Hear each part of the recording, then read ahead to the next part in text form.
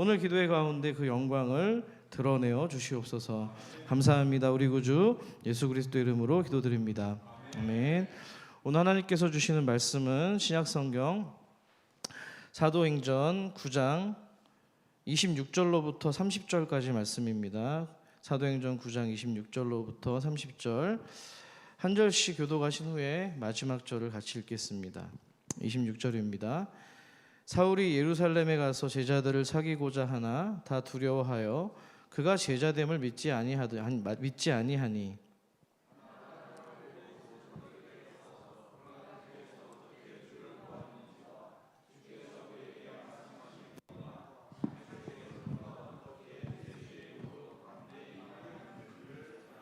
사울이 제자들과 함께 있어 예루살렘에 출입하며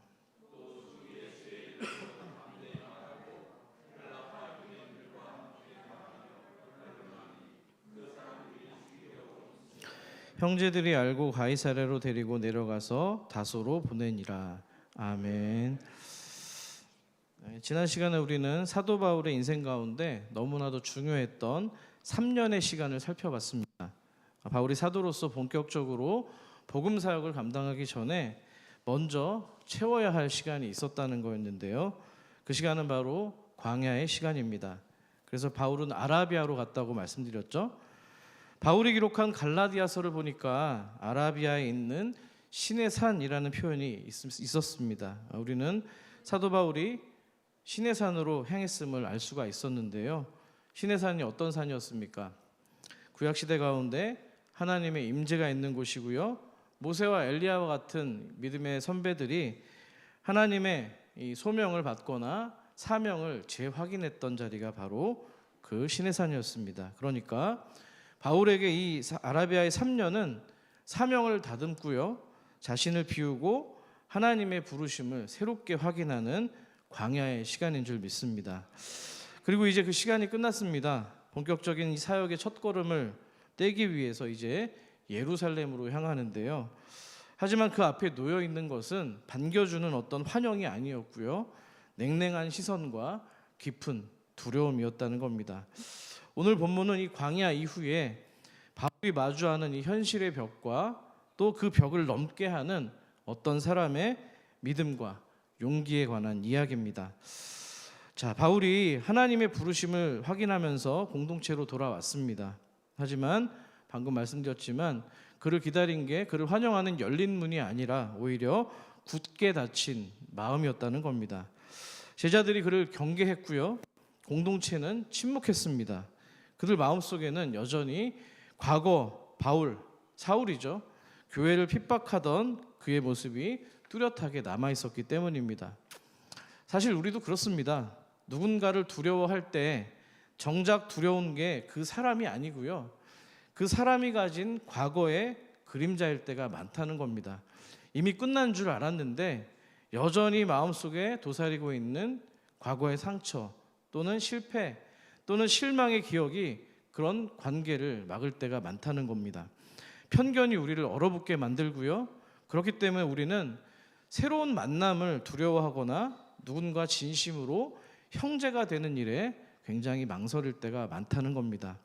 자, 오늘 본문은 바로 그 지점에서 우리에게 묻고 있습니다. 우리가 누군가의 과거보다 하나님의 오늘을 더욱 신뢰하고 있는지 질문하기 때문입니다. 한 번 더 따라해보면 좋겠습니다. 나는 하나님의 오늘을 더 신뢰합니다. 그 은혜가 있기를 축복합니다. 오늘 본문에 그런 두려움이 나와 있는데요, 바울이 예수님을 만나서 회심은 했지만 예루살렘의 제자들은 여전히 그를 받아들이지 못합니다. 단순히 낯선 사람이기 때문이 아니고요, 바울의 그 과거가 너무나 생생한 위협으로 다가오기 때문입니다. 그래서 바울이 예루살렘에 왔을 때 제자들은 모두 그를 피했습니다. 오늘 본문 26절을 보니까 다 두려워하여 그가 제자됨을 믿지 않았다고 기록합니다. 여러분, 어떤 대상이나 또는 환경이나 상황에 대해서 두려움과 공포를 느낄 때 그 공포를 우리는 영어로 포비아라고 합니다. 한번 따라 볼게요. 포비아. 자, 제자들이 바울에게 느꼈던 감정이 바로 그 공포, 포비아였습니다. 그만큼 그들 마음 가운데 뿌리 깊이 이 바울에 대한 공포가 있었다는 건데요. 이 포비아라는 말의 좀 어원을 좀 찾아봤습니다. 고대 그리스어의 포보스라고 하는 단어에서 출발하는데요. 공포죠. 근데 이게 의인화가 되어서 그리스 신화로 연결이 되면은 공포의 신이 바로 포보스였습니다. 근데 여러분 뭐 성경 말씀을 하다가 그리스 신화를 하니까 좀 그렇기는 한데, 그리스 신화 가운데 전쟁의 신이라고 불리는 그 아레스라는 신이 있었는데요. 굉장히 잔인합니다. 전쟁을 좋아하는 호전적인 신이었는데요. 그런데 그 아레스의 마차를 모는 신이 바로 포보스였다는 겁니다. 그렇기 때문에 전쟁터에 나갈 때 포보스가 모는 이 마차가 먼저 등장을 하면 사람들의 마음에 극도의 두려움과 이 공황장애를 불러일으킨 겁니다. 아레스라는 그 호전적인 신을 직접 먼저 보지 않았다 할지라도 그를 태운 이 마차 포보스만 보더라도 지레 겁을 먹고 싸움을 포기했기 때문입니다. 도망치는 거죠. 그렇기 때문에 사람들에게 포보스는 어떤 실체가 있는 존재라기보다는 싸움을 포기하게 만드는 내면의 공포, 그걸 말할 때 바로 이 포보스라고 인식이 된 겁니다. 자, 그러니까 우리 안에 판단력과 용기, 이런 신념을 무너뜨리는 내면의 힘을 말할 때 이 공포, 그 공포가 바로 포보스라는 이야기죠. 자, 앞서서 제가 사람은 새로운 사람을 만날 때 그 사람이 현재보다 과거를 먼저 기억하려는 경향이 있다고 말씀드렸습니다. 심리학적으로 이것을 인지적 도식이라고 이야기를 하는데요. 우리가 기존에 가지고 있던 이미지나 기억력을 통해서 새로운 상황으로 해석을 한다는 겁니다. 제자들에게 여전히 바울은 박해자였고요.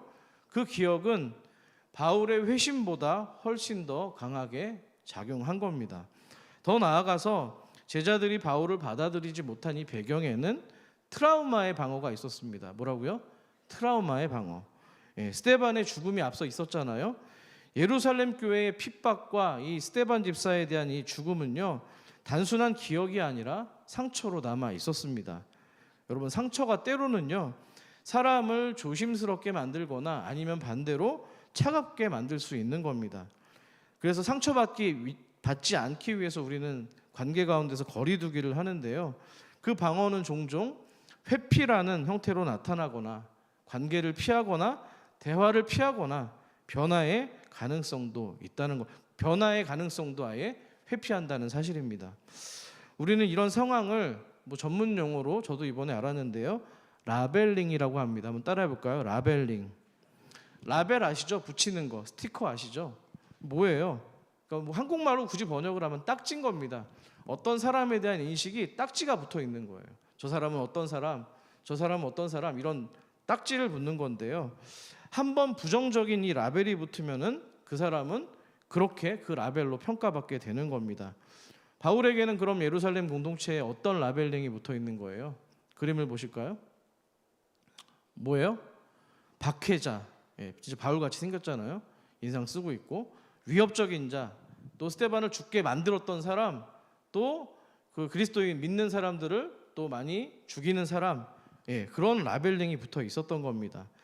제자들은 그의 변화된 삶은 의심스럽고요, 그에게 기존에 쓰여져 있는 이 편견이라는 라벨링이 있었다는 겁니다. 자, 이 모든 과정은 사실 그 시대 제자들만, 또 예루살렘 공동체의 이야기만은 아니었습니다. 오늘날 저와 여러분 안에도 동일하게 일어나는 일이기 때문입니다. 누군가의 불편한 과거를 알고 있다는 이유 때문에 우리는 그를 함부로 할 때도 있고요, 판단하면서 거리를 둘 때도 있습니다. 그가 정말 개가천선해서 어떤 노력을 하든 이전의 기억과 그 라벨링에 사로잡혀 있어서 그를 있는 그대로의 모습으로 지금 현재를 바라보지 못하는 겁니다. 그렇기 때문에 오늘 주님이 묻고 있는 겁니다. 너는, 주님의 교회 산서울은 그 사람의 과거를 보느냐, 아니면 내가 앞으로 그를 만들어갈 미래를 보고 있느냐? 여러분은 뭐라고 답변하시겠습니까? 바울은 과거 스데반을 죽이던 자였습니다. 예수 믿는 사람을 잡아가던 주동자였고요. 그런데 그 사람이 갑자기 변했다고요? 쉽게 믿기 어려운 진실입니다. 마치 오늘날 매스컴에도 나옵니다만, 누군가 과거의 폭력이나 큰 잘못을 저질렀다가 회심했다고 말하면 우리는 그 말을 쉽게 받아들이지 않습니다. 마찬가지인 거죠. 이 제자들의 반응은 단지 불신이 아니고요, 두려움에 뿌리 내렸던 자기 방어라고 볼 수가 있는 겁니다. 공동체를 지키기 위해서, 또 해코지함을 당하지 않기 위해서 마음의 문을 지금 굳게 걸어 잠근 겁니다. 하지만 그렇게 닫힌 문 안에서는 결코 새로운 일이 시작되지 않는 법입니다. 자, 이런 상황 가운데 한 사람이 등장합니다. 그 사람이 누구라고요? 바나바입니다. 자, 그는 바울을 데리고 사도들에게 데리고 직접 나아가서요, 그에 대해서 직접 증언하기 시작합니다. 오늘 본문 27절 말씀입니다. 같이 한번 읽어보겠습니다. 시작.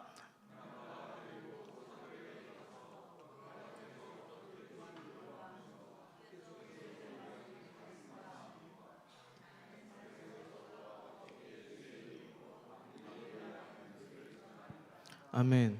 바나바가요, 예루살렘 공동체 가운데 이 바울에 대해서 증언하고 있는데 크게 세 가지입니다. 첫 번째, 그가 주님을 어떻게 만났는지.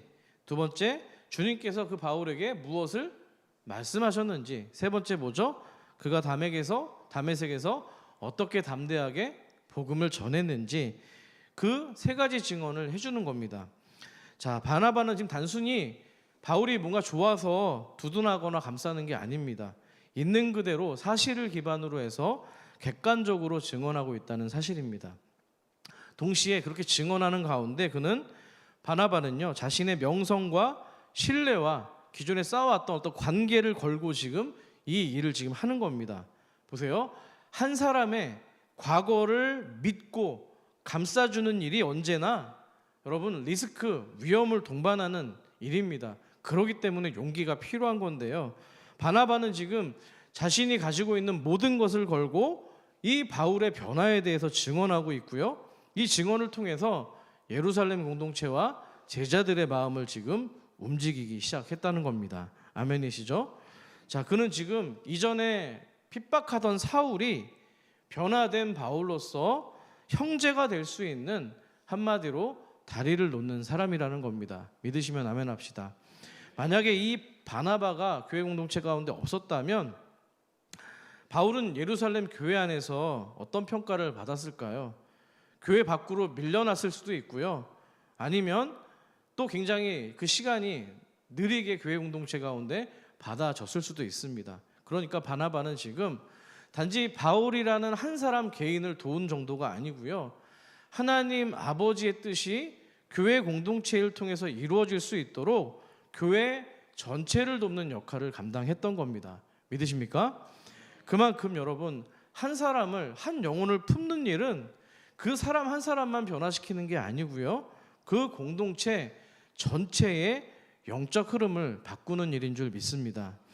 바나바가 없었다면 바울은 사역자가 되기까지 훨씬 더 많은 오해와 외로움의 시간을 겪어야만 했을 겁니다. 그렇기 때문에 바나바가 지금 보여준 용기가 어쩌면 하나님의 시간표를 앞당기고 복음이 더 빠르게 퍼질 수 있는 그런 위대한 가교 역할을 했던 겁니다. 자, 이처럼 교회 안에서 누군가를 품는다는 것은요, 단지 개인의 따뜻한 성품이나 인격의 문제가 아닙니다. 그건 바로 하나님의 뜻에 동참하는 선교적인 결단인 줄 믿습니다. 자, 바울은 이 일을 계기로 해서요, 공동체에 이제 받아들여지기 시작하는데요, 28절을 같이 읽겠습니다. 시작. 사울이 제자들과 함께 있어 예루살렘에 출입하며. 아멘. 예루살렘에 이제 제자들과 함께 자유롭게 지내기 시작합니다. 또 담대히 복음을 전할 수 있었고요, 중요한 거는 제자들이 사울을 뭘로 받아들인 거예요? 형제로 받아들이는 그런 결정을 했다는 겁니다. 30절에 나와 있습니다. 형제들이 알고 가이사랴로 내려가서 다소로 보내니. 형제들이요. 예, 형제들이 그가 피할 수 있도록 도움을 주었다는 겁니다. 여러분, 형제가 되었다는 거는요, 단순히 같은 교회, 주님의 교회 산서울에 다닌다 이 말이 아닙니다. 그거는요, 내 안에 두려움과 오늘 본문처럼 편견을 내려놓고 다른 일을 진정으로 믿고 받아들이는 그야말로 신앙의 결단인 줄 믿습니다. 바울의 변화는 물론 하나님의 선하신 뜻 가운데서 이루어진 역사가 맞습니다. 하지만 그 변화가 공동체 안에서 열매 맺기 위해서는요, 누군가 그를 믿고 품어주고 인정해주는 용기가 필요한 줄 믿습니다. 형제가 되는 용기는 단순한 용납이 아니라 믿음과 사랑의 선택인 줄 믿습니다.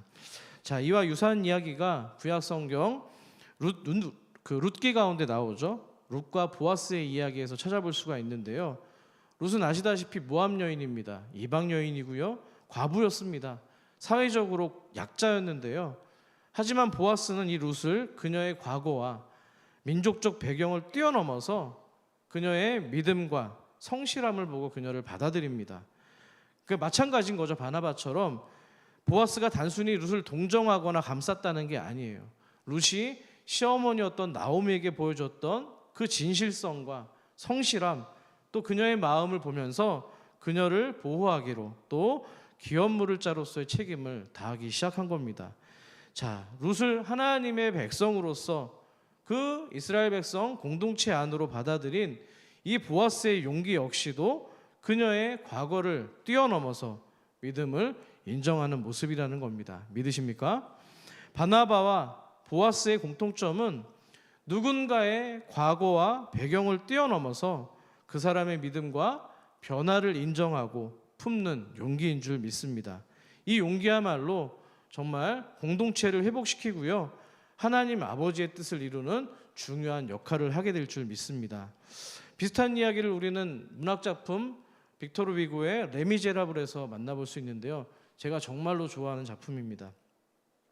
주인공은 장발장이죠. 배가 고파서 빵 한 조각을 훔쳤습니다. 처음에 5년형을 선고받았는데 도망가고 반항하다가 14년이 추가되었습니다. 총 19년을 감옥살이를 했는데요. 그러다 풀려났습니다. 하지만 전과자인 그는 세상 가운데서 환영받지 못합니다. 아무리 새로운 삶을 좀 살 의지가 있어도 사회는 그를 밀어내기 시작합니다. 왜냐하면 그의 과거를 절대 잊지 않았기 때문입니다. 낙인처럼 따라붙은 그의 과거, 전과자의 이력은, 라벨링은 그를 또다시 어둠 속으로 밀어넣기 시작합니다. 하지만 그 장발장을 기꺼이 맞아줬던 또 바나바 같은 사람이 있었죠. 누굽니까? 미리엘 주교였습니다. 그 미리엘 주교는 장발장을 자신의 집으로 초대하는데요, 따뜻한 식사를 대접합니다. 잠잘 수 있는 침대까지도 내어줍니다. 그런데 장발장은 그날 밤 잠이 안 옵니다. 왜? 눈앞에 뭐가 아른거렸기 때문입니까? 저녁 식사 때 음식에 담겨져 온 은쟁반과 은식기들이 머릿속에서 떠나지 않았던 겁니다. 결국 그날 밤 장발장은 미리엘 주교의 은식기들을 훔쳐서 달아나는데요. 하지만 다음 날 장발장은 경찰에게 붙잡혀서 다시 주교 앞으로 끌려오게 됩니다. 장발장은 모든 것이 끝났다고 생각했겠죠. 바로 그 순간 미리엘 주교가 말합니다. 경찰에게 말하죠. 이 사람은 도둑이 아닙니다. 은으로 만든 식기들은 이거 모두가 제가 그분에게 준 선물입니다.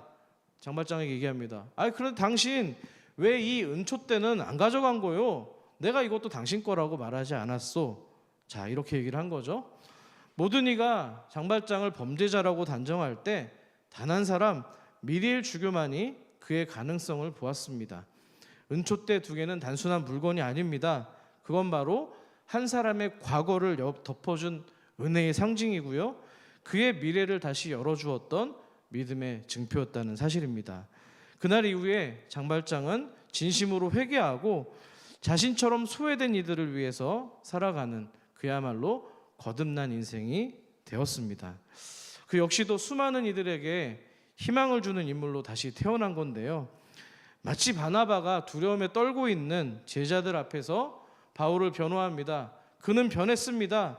내가 그 모습을 보았습니다 라고 증언했던 것처럼 이 미리엘 주교 역시도 장발장을 향해서 이 사람은 달라질 수 있습니다 라고 세상 가운데 증언했다는 사실입니다. 여러분, 한 사람의 진심 어린 증언, 한 사람을 품었던 그 믿음과 용기, 그것이 바로 한 인생을 살리고요, 수많은 생명의 길을 열어준 줄 믿습니다. 그렇다면 오늘 우리들의 현실 가운데 이 메시지는 어떻게 적용해 볼 수가 있을까요? 우리는 교회 안에서 다양한 사람들을 만납니다. 때로는 우리가 선뜻 다가가기 힘든 사람도 있습니다. 말이 거칠다거나 과거에 실수를 했던 사람, 또는 교회 안에서 아직 믿음이 연약해 보이는 사람, 다양한 사람들이 있습니다. 하지만 그들도 주님이 부르신 하나님의 자녀인 줄 믿습니다. 그들에게 다가가는 용기, 그들을 형제로 받아들이는 이 믿음은 우리 공동체 주님의 교회 산서울을 더욱 따뜻하고 강건하게 만들 수 있는 줄 믿습니다. 또 반대로 이런 경우도 있죠. 우리가 스스로 바울처럼 느껴질 때가 있다는 겁니다. 나의 과거가, 나의 실수가, 나의 부족함이 다른 사람들 앞에 드러나서 두려움을 가질 때가 있다는 겁니다. 하지만 주님께서는 이전 시간에 아나니아에게 얘기해 주셨죠? 택한 그릇이라는 겁니다. 하나님이 택한 그릇이 바울이라는 겁니다. 자, 주님의 음성은 우리를 정죄하지 않고요, 회복시키고 새로운 길로 인도하는 그런 은혜를 주시는 분인 줄 믿습니다. 이제 우리가 할 일은 분명합니다. 바나바처럼, 아나니아처럼 누군가를 위해서 중보하고 품고 증언해야 될 줄 믿습니다. 그렇게 먼저 한 사람의 회심은 진정한 공동체의 변화를 이어지고요, 이후에는 하나님의 나라의 그 역사가 계속해서 세워지게 될 줄 믿습니다.